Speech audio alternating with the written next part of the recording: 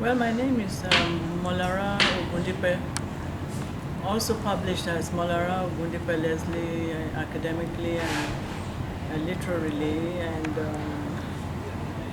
I'm a Nigerian. I've lived in possibly all over the world, except for the Soviet Union and China. And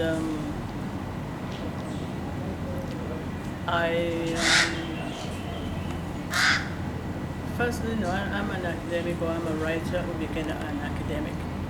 And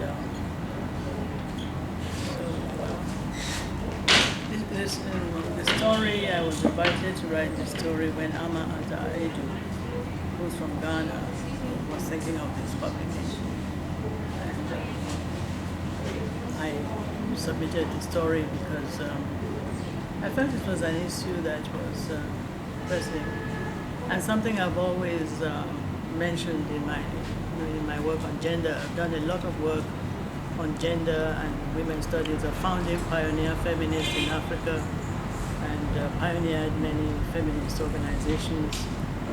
And in fact, many people think I'm a sociologist or somebody in the social sciences, but I do gender and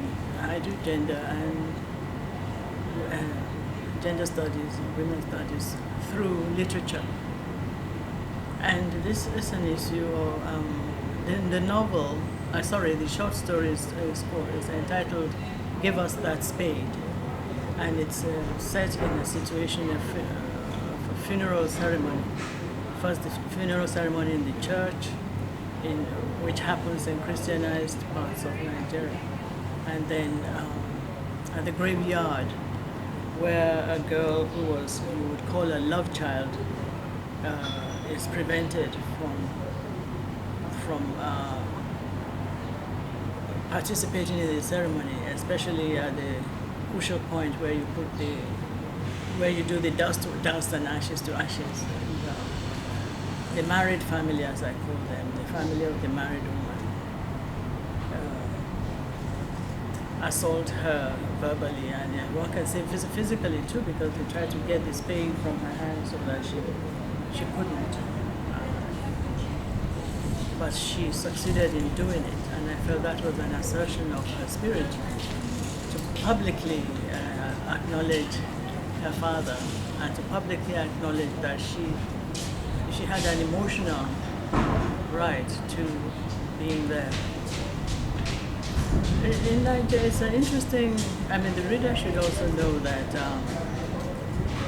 there is no concept of illegitimacy in traditional Africa, in indigenous Africa, and if your parents both claim you, recognize you, then you are legitimate. And in modern Nigerian society, I think a law has been passed that says all children born in Nigeria are legitimate by Nigerians. There are women's groups who feel that, and women who feel that this is another giving in to the interests of the men and to patriarchy, because men can now freely have illegitimate children and know that the children will be legitimate anyway. But I'm concerned with the human side of the story, and the human condition of the poor children who are not responsible for what the adults have done, and therefore I feel should not be victimized for the behavior and the irresponsibility and the self-indulgence of adults. Is there anything else you would like to know?